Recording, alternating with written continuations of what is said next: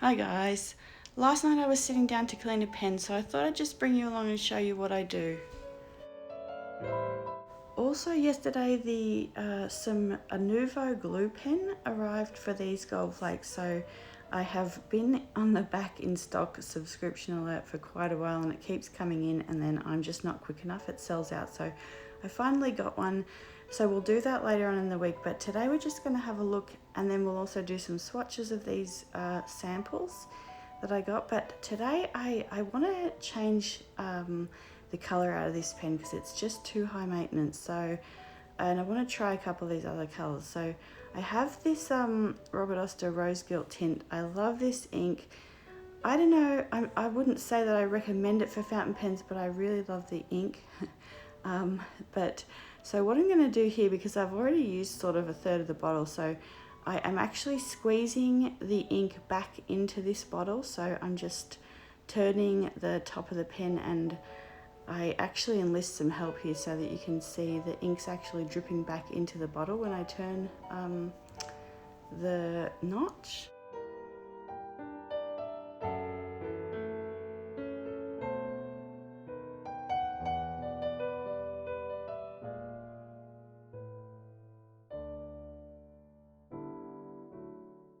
So, and what I've discovered through this whole process, if you're not happy with the ink that's in your pen, you can actually get an ink syringe and take it out or put it back from the converter.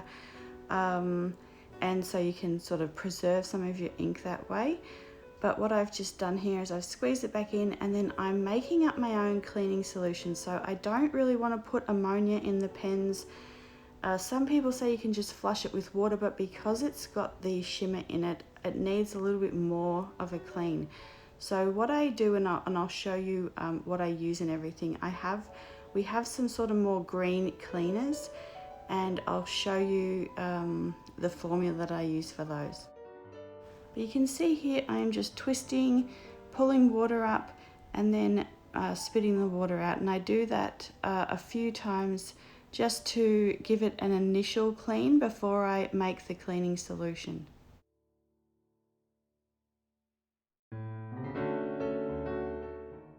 Okay, so I think this is about the last time I do this, and then I'll grab so here we go. So there is Citrasolve and a Dr. Bronner's Castile soap.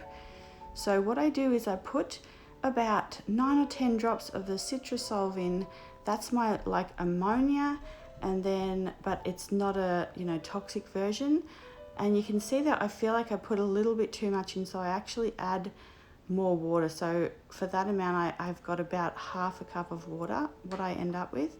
And then I also put about 4 or 5 drops of the Dr. Bronner's soap in.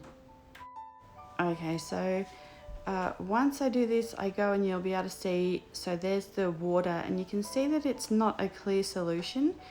And you can see there the shimmer particles left in the pen. So that when I fill it up, you can still see, even though I've rinsed it with water, there is a lot of shimmer left in there.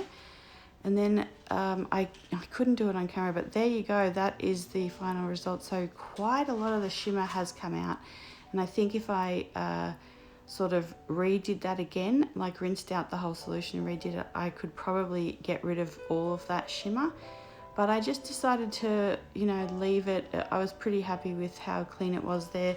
And I've put in actually some of the Ferris wheel press Earl Grey. So I just got a sample of that from Van Ness Pens.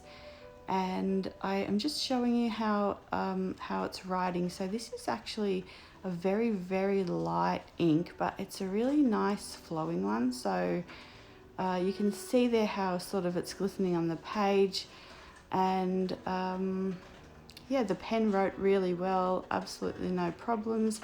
The funny thing is this is actually the same way that I rinsed out my Lamy. So ever since I got the Lamy, it had been really sort of struggling. And once I cleaned it out, you can see that I just love the colour in the, and I only used a little tiny bit of ink, but my Lamy was always struggling, but when I used this solution, it's written like a dream ever since. So I just thought I'd share it with you guys, and I'll be back with some more fun videos later this week. Bye.